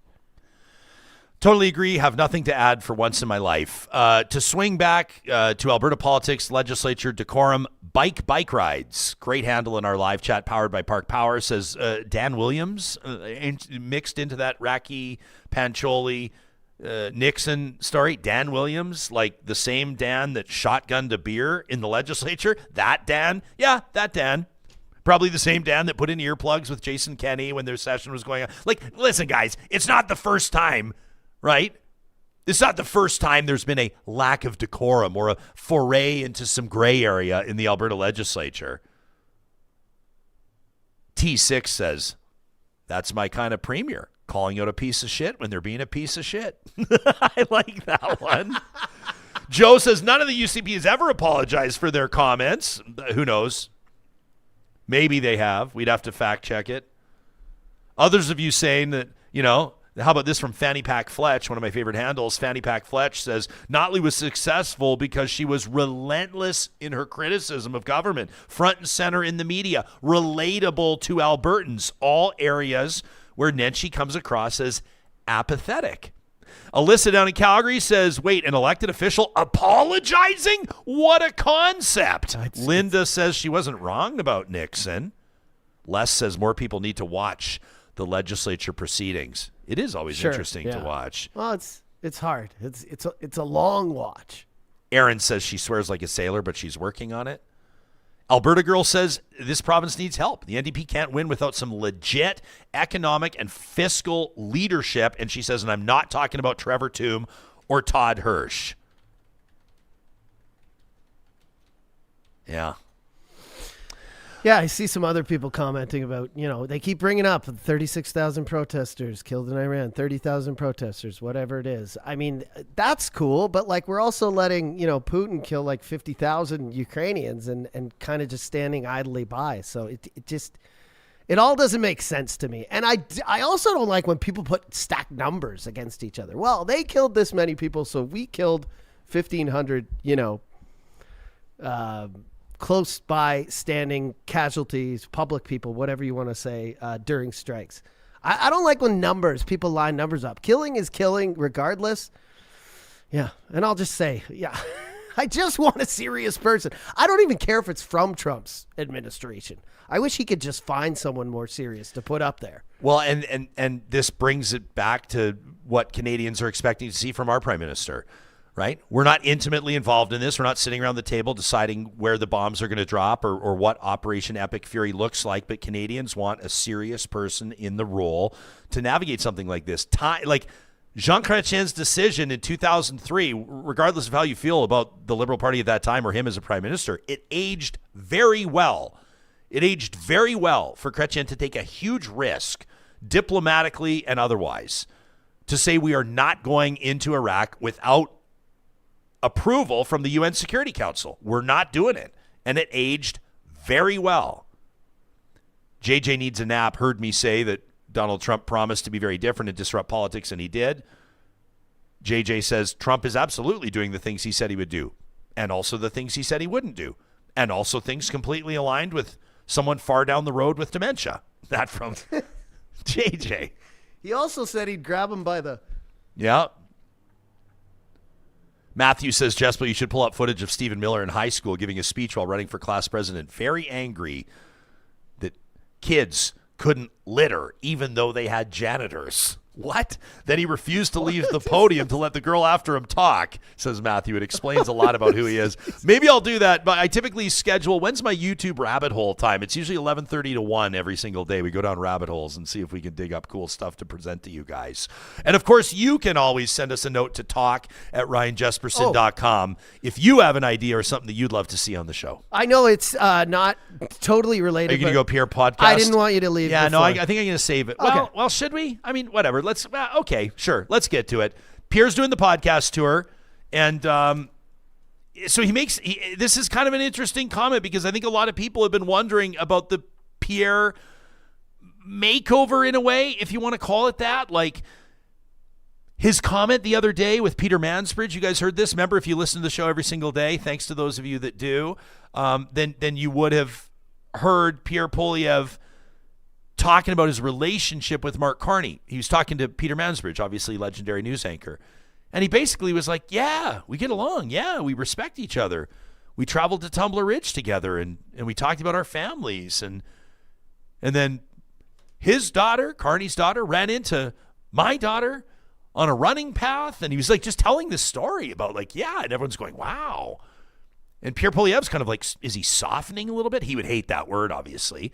But, like, is he? Is this kind of the new Pierre Poilievre? Is he going to meet people in the middle? Is he going to be a little bit more likable? So on the heels of doing Mansbridge's podcast, he does a podcast, Triggernometry.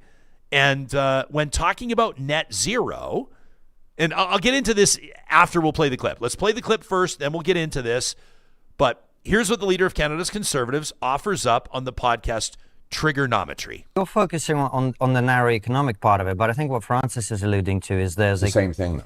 Well, is it though? Because there's a cultural and ideological dimension to this as well. Because, say, the policy of net zero, which is just economic suicide. It's the same thing. Tell us. Exactly the same thing, because it's being used as a pretext to concentrate money and power in the hands of the state. It is just the latest of the many pretexts that are used to justify taking away everybody's money and giving it to a treasured, privileged few, green grifters. The corporatism of saying, well, we're going to tax all of the energy and we're going to block the resources, and then we're going to take the money and give it to the government, who's going to dole it out to all of these corporate insiders who claim that they are doing something for the environment. When in fact, if you look very carefully, it's all BS. In fact, they have no problem directing much of that money to China, which is opening 2 coal fire plants a week. So it has nothing to do with the environment. It is entirely a pretext to take from the working classes and give to a small group of insiders through the mechanism of the state. So whether you're talking about the net zero fraud or massive government redistribution schemes or just an overall growth in the bureaucracy, it is all, or even on the speech side, it's all about concentrating power and money in the hands of fewer and fewer people while taking away the opportunities of the people who actually do the work. Okay, so, I mean, the idea of green grifters, the government looking to take away everybody's money, net zero is all BS. What jumped out to me with that is that it sounds like 10 years ago. And net zero is a thing. Huge. And international investment happens around that promise. Developers, builders endeavor to get there. It makes economic sense. China There's is leading the up world front. It in pays renewable off. energy. And it sort of struck me as more of, and this can work as a strategy. It's not that it can't work. It's like any tactic in any business or political maneuver, or a personal maneuver for that matter, is like, it can be effective, but at what cost? And I just wonder, this kind of idea, Vamp Fashions, for example, says he's speaking the absolute truth, so Vamp's on board. Meantime, Ambustion says, well, he has his tinfoil hat on. Whiterium says he didn't say a single true thing there. So different people are going to land in different ways on this, but I just feel like, Cassandra says he's so out of touch with reality. Ali says this is word salad. I don't think it's I think that the right move for Pierre, and he's got to kind of pick a lane on this one, is to eventually, at some point, you've got to get away from the World Economic Forum, global elites, Klaus Schwab, nobody will have money, kind of WEF conspiracy theory nonsense, and get to a point where Canadians feel like you can be like that steady hand that's moving people forward. And when it comes to net zero, maybe not every builder or every developer or every corporation or every family unit, for that matter. I have a buddy right now who's building a net zero home for a client. Actually, I have a crazy story. I don't know if I'm allowed to tell it. This guy, can I tell it? I think I can tell it. A guy I know owns a construction company. He's been building a house somewhere in Alberta, I'll say, for a client, and the stipulation from the buyer, she insisted that the home be 100% net zero. You'll hear a lot of houses, residences, personal residences, where people say it's net zero, but they still have gas lines coming into the property, just in case, right, Johnny? Just in case the solar or the batteries or whatever technology they're using for the net zero doesn't deliver, they have the gas backup. This home builder, this homeowner, the client, she was so insistent that the house be 100% self-reliant, net zero, no gas lines into the property, that it took real innovation on behalf of the builder, but they were really enjoying it because it was a unique challenge for them. And they said, yeah, it costs a little bit more, but the home, is going to be true 100% net zero. This past weekend, drywall's up, floors are going in. Somebody burned it down. Somebody burned down the house, if you can believe it. What? Unbelievable. This builder is telling me, he says, this is rampant in our industry right now. Stupid. He says, and it's not just because people are pissed off about 6-unit, 8-unit, mid-block infill developments. He says this was a standalone home. It was not a controversial build. Yeah. Somebody came by and just burned it down. The bigger picture I wanted to get at is that homeowner is paying a little bit more because it's a priority for them. They want to be 100% net zero. That's fine. It's fine if you want to. It's fine if you don't. But to portray something like net zero writ large as some sort, and I'm not going to put words in Pierre's mouth and call it woke and whatever, but he might as well have said that, right? What did he say? He says that this is just a plan for the government to take away everybody's money, a bunch of green grifters. It's all BS. And to dole it out to China. He drew a line there that you're a mainstream party leader. Yeah. We know that carbon tax isn't collected and then given to China. He's obviously talking about other money we give to China. But he likes to make that connection. And people who don't know that, people who won't go and just go on the internet and see where the carbon tax money go. We know that 90% of the money goes back into small businesses, goes back into the public with rebates. We know the other 10% goes to make schools and hospitals and even indigenous communities more energy efficient. That it's all laid out. You can go on government websites and see where the money goes. So when he draws that line and makes that lie right away, like we take carbon tax money and put it in an envelope and hand it to China, that's why people are mad, because they're believing just outright lies. And he'll argue, if you ask him about it, that, well, that's not what I meant, but here's other places we take money and give to China, etc. And that's more than the money collected. I get it. But like to direct a line right to it, it's an outright lie. And I'm not against rigorous questioning around climate policy 100%. And what works and what doesn't. And does a consumer carbon tax make sense? Obviously, Canada's current Prime Minister believes along the same lines as Pierre Poilievre that it was not serving its purpose, and that's why he got rid of it. I mean, think of how much thunder he stole from Poilievre when he did that, right? Alberta Girl says net zero is so basic. It's like indoor plumbing, but so many conservatives would rather use the outhouse. RS 500 is 100% correct in pointing out that Green Grifter is an amazing name for a bluegrass band. I would buy a t-shirt from a band, Green Grifter. 80s Fanify Thank says you, Pierre Edmonton. comes across as stuck in the past. We are the green grifters. No, just green grifter. I love that. I have a friend that has to put "the" in front of everything. That friend is Erica Baruti's, by the way. She's always like, hey, how are things going at the relay? By the I'm way, like, Erica, it's relay. By the way, our good conservative friend Erica Baruti's has invited us to her. I guess does she? I don't know if she has a ranch or a stable, whatever.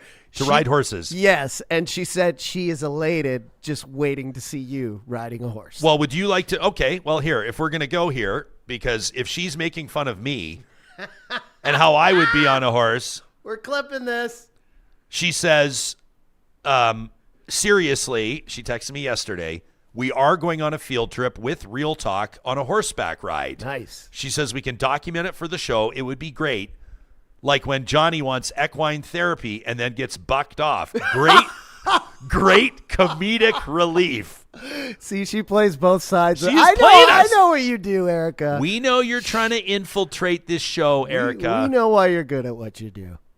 Randy says, geez, I poked the bear with my Rakhi Nixon comments. He says, I'm just loving it this morning. Randy, we love when engaged real talkers from across the political spectrum pop in and get us talking about cool stuff. And you've done that today, so we sure appreciate it. T6 says, Poilievre conflating net zero as some sort of devious plot to get money to the elite. Yet his cohort, Danielle Smith, is doing that exact same thing in the conventional energy sector right here in Poilievre's home province. Too much. That from T6. Shelby says people want to help the environment because we're smart. Isaac Newton figured out how we react to force and manipulation a long time ago. Aaron says China is not what we present it as. Les says Canada must work toward net zero for international trade. Others say that Poilievre is ignoring the polls, that Canadians increasingly support a closer relationship with China. He is out of touch. Yeah. Ken K, by the way, just quickly, Ken K says a friend of his just did the exact same thing with a build in southern BC. Geothermal heat, solar panels, fully self-sustained, brilliant stuff. That from Ken K. I would love to see that house. That sounds super cool. Yeah. And I wasn't going to say, I was just going to say, like, we all know the problems with China. Like, government, media, like, it's not great over there. But, like, to say 2 coal-fire plants a week, they also have, like, the majority of their money is going into green energy. They are leading the world in it. So to tip the scale one way where they're doing little things to just fill gaps and not say, by the way, they're spending billions of dollars on solar panels and wind and other forms of energy and electric cars. It's kind of like, you know, it's like the, what's the game with the cups where you're like, see? Oh, yeah. You know what I mean? The shuffle cup or whatever they call it. And then you show them, you know, they're trying to get the little ball or whatever's under there. But, hey, lift up the other 2 cups because there's like 50 balls in the other 2 cups that he's hiding, right? Yeah. It's like. Yeah. Interesting comment here from Peter. What's up, Peter? Says, is heating your home with a wood stove, does that contribute to being net zero? I don't know if it's a serious question or not. Maybe he was joking tongue-in-cheek. I think wood-burning stoves for heat are amazing and wonderful, and I love them. But, of course, they do not. They're not, not net zero in the short term. And I'm not saying this off the hop, Peter. I just Googled it. I'm not pretending to be smarter than I am. But it does emit more CO2 per unit of energy than fossil fuels. Really? Yeah. So burning wood for heat is generally considered carbon neutral over the long term, but it is not net zero in the short term.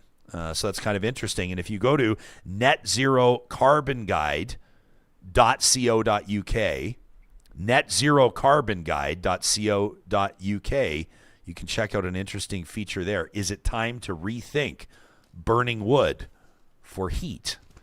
Interesting.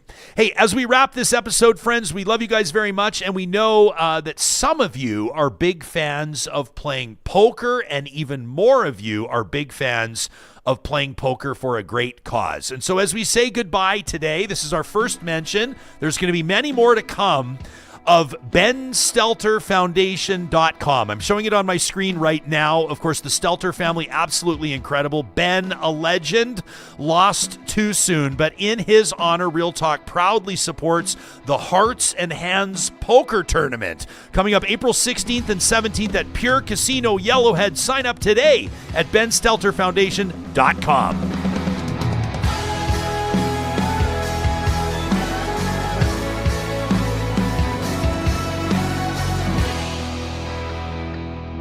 Real Talk is hosted by Ryan Jesperson, executive producer Josh Dunford, technical producer John Hicks, general manager Katie Cook-Chivers, account coordinator Lawrence Derlego, human resources Lena Shepard, website design Mike Johnston, voiceover by me, Carrie Skelton, member emerita Julie Rohr. Real Talk is recorded in Edmonton, Alberta on Treaty 6 territory, the traditional and ancestral territory of the Cree, Dene, Blackfoot, Saulteaux, and Nakota Sioux, home to the Métis settlements and the Métis Nation of Alberta.